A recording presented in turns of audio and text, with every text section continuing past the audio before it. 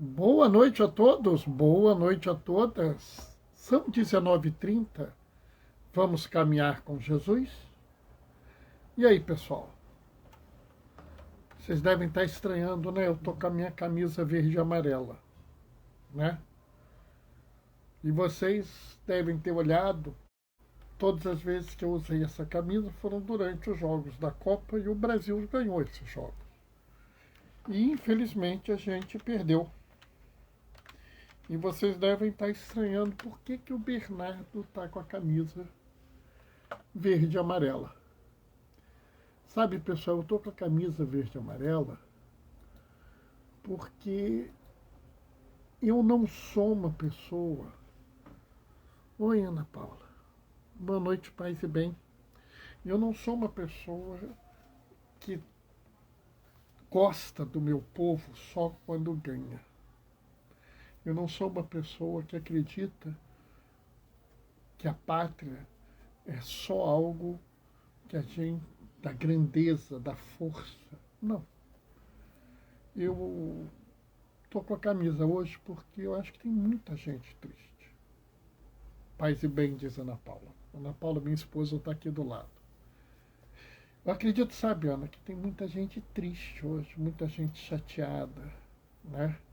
Eu penso na comissão técnica, nos jogadores, nas crianças que estavam lá no Catar com seus pais, com seus avós, com seus tios, as esposas, as irmãs, né, as filhas, né? As crianças do Brasil, né?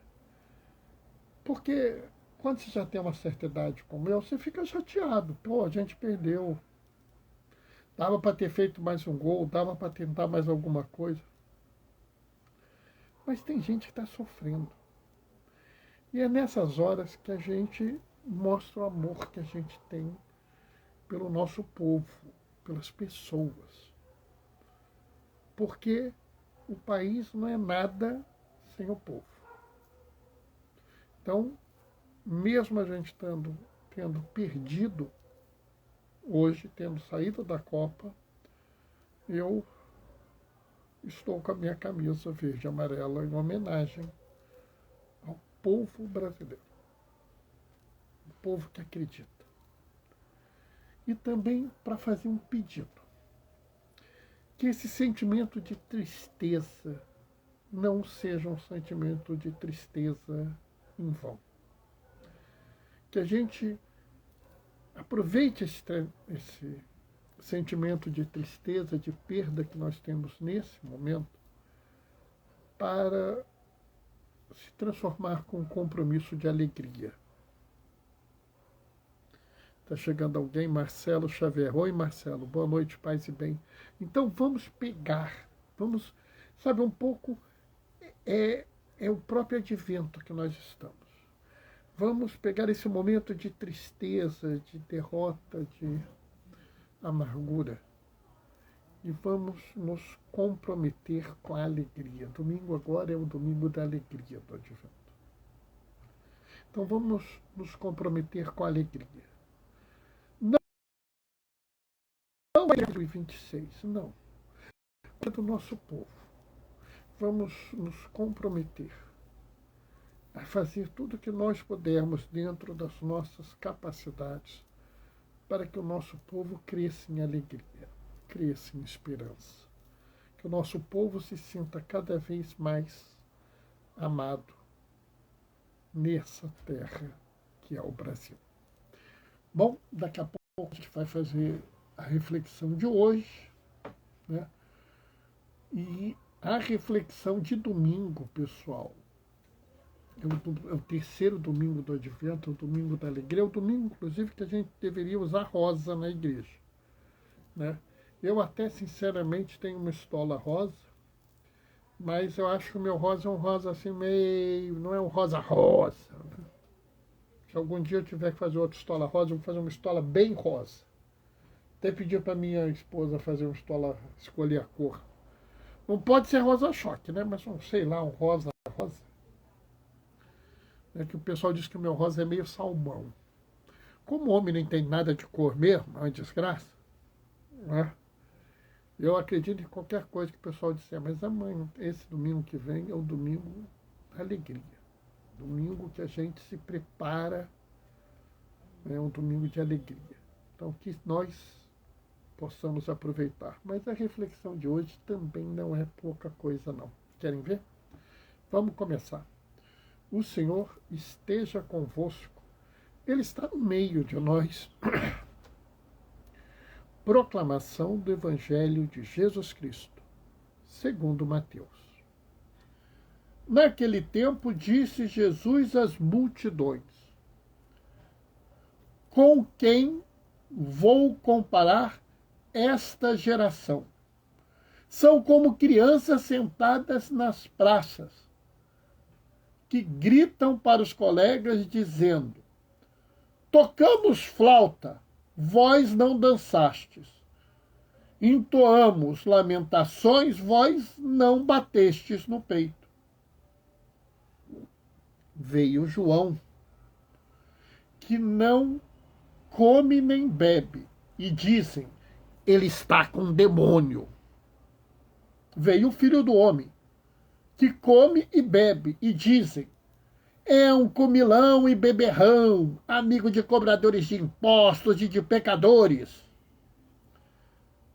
Mas a sabedoria foi reconhecida com base em suas obras. Palavra da salvação. Sabe, hoje eu acho que é hora da gente falar sobre as contradições e as denúncias. Pouca coisa denuncia mais a perversidade do que a contradição. É muito interessante essa colocação que Jesus faz. Com o que eu vou comparar esta geração? Porque ele estava, naquele momento, falando, ele havia sido abordado por um grupo de fariseus que exigiam um sinal dos céus para acreditar em Jesus. E sabe, um sinal é uma coisa muito complicada. Um sinal é um milagre. E isso é uma coisa muito complicada. De vez em quando alguém fala: Bernardo, por que eu não vejo um milagre? Por que eu nunca vi um milagre? Eu falo para a pessoa: você nunca vai ver um milagre porque você não precisa de um milagre. Você não precisa de um sinal. Eu nunca vou ver um milagre. No máximo que pode acontecer é que, como eu sou médico, eu seja chamado para testar um milagre. Mas eu nunca estarei diretamente envolvido com o milagre. Mas, Bernardo, mas por quê? Você tem um esforço, faz live, vai na igreja, prega o evangelho, por que você nunca vai ver um milagre? Porque eu não preciso de um milagre. Eu já sei que Jesus é Deus, então não preciso de nenhum sinal para ver. Por outro lado, alguém que realmente é descrente, não adianta ter um milagre para ele. Mas se alguém realmente é descrente, nós podemos transformar água em vinho, podemos andar sobre os mares, podemos ressuscitar os mortos, podemos, sei lá, curar todas as doenças do mundo.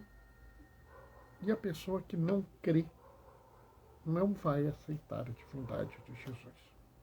O milagre serve para aquele que está à beira de acreditar, ou aquele que está à beira de deixar de acreditar. É nessa fronteira entre a crença e a descrença que um sinal se dá.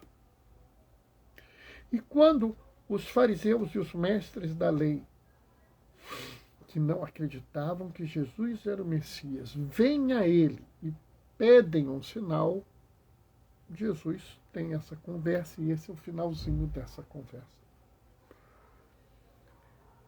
E ele mostra a contradição dessa sociedade. É uma contradição assim muito clara, né? É uma contradição daqueles que se dizem religiosos, mas não são. Aqueles que professam uma fé, mas não a praticam. De vez em quando, algumas pessoas, alguns que me provocam, né, querem fazer uma treta comigo, alguns são curiosos, e alguns que são pessoas chatas mesmo, de vez em quando falam assim para mim: Bernardo, fulano é religioso e fez tal maldade. Eu viro, é verdade. Ele não cumpre a fé que ele professa. Ele não age segundo a fé que ele professa. E essa contradição é brutal. Sabe, São João Crisóstomo dizia assim: se você não pode reconhecer Jesus no mendigo na porta da igreja, você não pode encontrá-lo na Eucaristia. Padre Júlio Lancelotti já falou uma coisa semelhante. As pessoas temem procurar Jesus no sacrário, mas ele está embaixo do viaduto.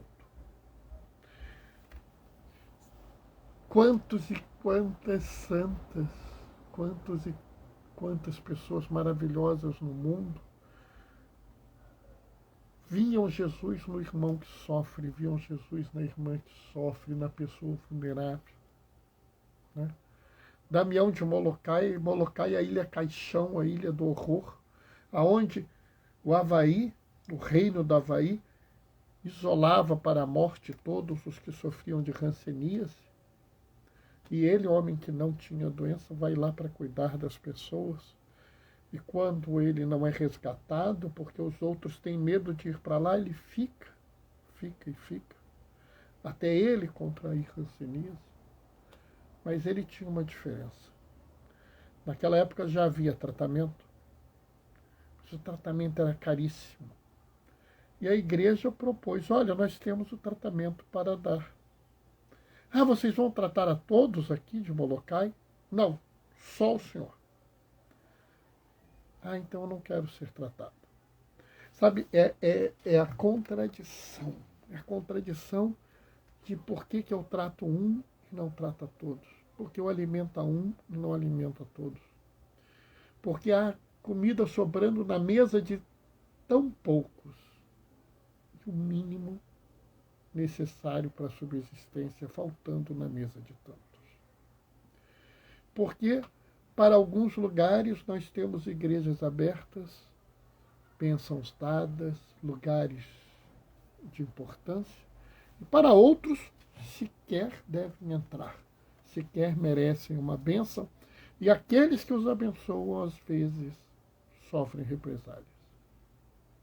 Sabe, pessoal, essas contradições são denúncias enormes. Oscar Romero, bispo de São Salvador, santo de minha devoção, certa feita falou: numa sociedade injusta, se a igreja não é perseguida é porque ela concorda com a injustiça.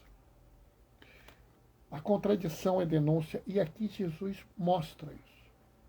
Vocês criticam João Batista porque ele é um homem que não come, não bebe, um homem cheio de regras, um homem que mortifica o seu corpo, ele é um homem que um estoico, vamos dizer assim.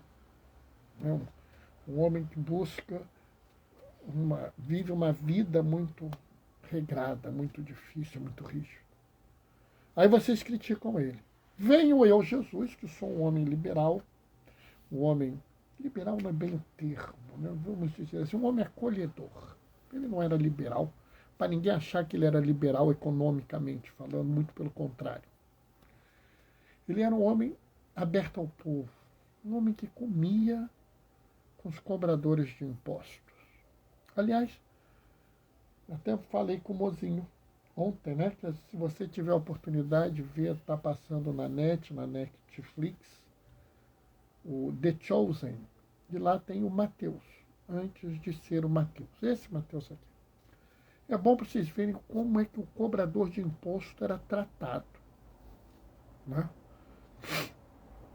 Ele comia com cobrador de imposto, comia com pecador público, comia com as prostitutas. E aí o pessoal disse o quê? É um comilão, um beberrão. Ou seja, não era a forma como a pessoa se comportava. Gustavo Gouveia, opa! Boa noite, paz e bem. O problema não era como a pessoa se comportava. O problema é que o que a pessoa falava era contrário ao que eles queriam ouvir. O problema daquelas pessoas com Jesus não é que ele comia muito, bebia muito. Não é que ele comia com cobrador de imposto, com pecador público, com romano, com pagão. Não, não era nada disso. É porque ele incomodava. Sabe, essa visão que a maior parte dos fariseus tinha, de uma fé rígida, de uma fé dura, de um rigorismo moral gigantesco, e absolutamente contrário ao Jesus. Ao que Jesus pregava, como Jesus se mostrava. Se você olhar bem, Jesus não nega uma bênção, não nega uma cura, não nega uma graça a ninguém. Ele não quer saber quem é. Mesmo no caso mais clássico, no caso mais complexo da Cananeia, né? Que a Cananeia procura Jesus para uma cura e Jesus fala assim: não é justo que eu tire o pão dos filhos para dar aos cachorrinhos, ou aos cães, depende da tradução. E a Cananeia vira e fala assim: é verdade, Senhor, mas até os cachorrinhos se alimentam das migalhas que caem das mesas das crianças. E aí Jesus olha e fala assim: menina, está tudo certo, a sua fé te curou. Mesmo nas situações mais adversas que eram os cananeus e os judeus.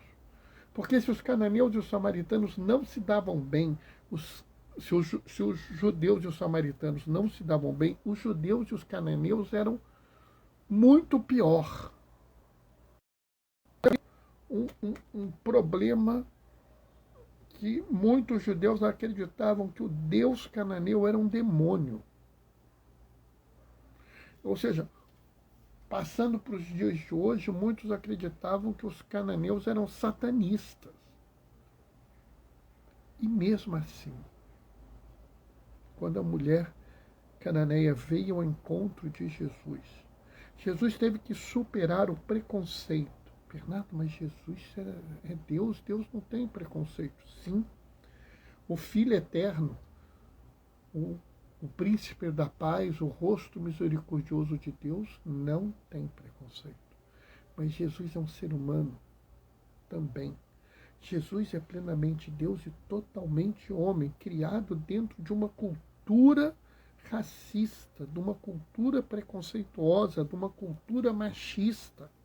Ele é afetado por isso enquanto ser humano. Só que a natureza divina dele consegue contrapor os pecados sociais da sociedade que ele vive. E ele denuncia isso. Sabe, nós também deveríamos nos colocar como denunciantes. Nós deveríamos viver num mundo onde nós avaliaríamos todas as contradições e denunciaríamos as contradições, como Jesus fez aqui. Vocês têm que se decidir. Vocês parecem criança. Criança que reclama de uma coisa e reclama da outra, reclama de uma coisa e reclama da outra. Não existe isso. Você não pode, primeiro, exigir muito rigor com um e ser relaxado com o outro. Ou ser relaxado com um e ser muito rigoroso com o outro. Se você considera que tal coisa é errada para todas as pessoas. Não é porque alguém é seu amigo, não é porque alguém tem dinheiro, alguém tem poder, que ele deixa de estar errado. Não é porque a posição política de A ou de B que a pessoa deixa de estar errada. Quem está errado, está errado. Do mesmo jeito que você também não pode dar-se um título de fiel seguidor de Jesus e agir de forma contrária ao que Jesus agiu. Você não pode virar e dizer assim, eu sigo Jesus, mas eu exijo um jugo pesado. Julgo Bernardo, julgo deveres religiosos excessivos. Sabe, me chama muita atenção isso, né? Como esses deveres religiosos excessivos não faziam parte do que Jesus pregava. Se você olhar bem, Jesus praticamente não fala sobre a forma, por exemplo, que você exerce as suas atividades, vamos dizer, espirituais. Ele até fala, rezai. Rezai muito. Ele fala isso. Ele chama, no momento terrível do Getsemane, ele chama Pedro, Tiago e João, venham rezar comigo. Ele dá sinais que a oração é importante, mas ele não fica estabelecendo regra de oração. Já notaram isso? Ele estabelece, sim, regra de relação entre nós e as pessoas. É muito bonito você ver que no Antigo Testamento Deus fala a Moisés e manda 10 mandamentos. Para vocês serem salvos, vocês têm que fazer isso. 10 mandamentos. Deus vem ao mundo, se encarna em Jesus e nos traz também a salvação. Mas não nos dá 10 mandamentos, né, mozinho? Não dá.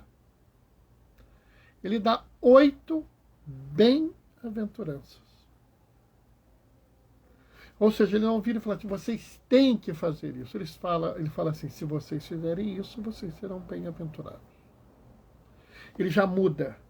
Ele passa, em vez de dar uma ordem, ele nos sugere uma forma de viver. Ou seja, ele já nos trata não mais como crianças, e sim como pessoas. Não é mais, ai, tem que fazer isso. Para meu filho, se você quiser, faz isso. Né? Exato, o mozinho lembrou muito bem. Eu já não vos chamo mais de servos, eu vos chamo de amigos. Porque o servo não sabe o que o Senhor vai fazer. O mozinho lembrou muito bem. E as 8 bem-aventuranças são todas relações entre as pessoas. Não há ali nenhuma bem-aventurança que fala sobre forma de rezar, forma de se vestir, hora de fazer isso, hora de fazer aquilo. Não. Ele fala sobre pessoas, sobre as relações pessoais. Ele pede que exista amor, carinho, cuidado, proteção, justiça. E diria mais, justiça social. Eu sei que eu falo isso, tem gente que fica irritadíssima comigo, mas ele pede isso. Então, vamos aproveitar. Vamos aproveitar e vamos nos propor a mais uma atividade.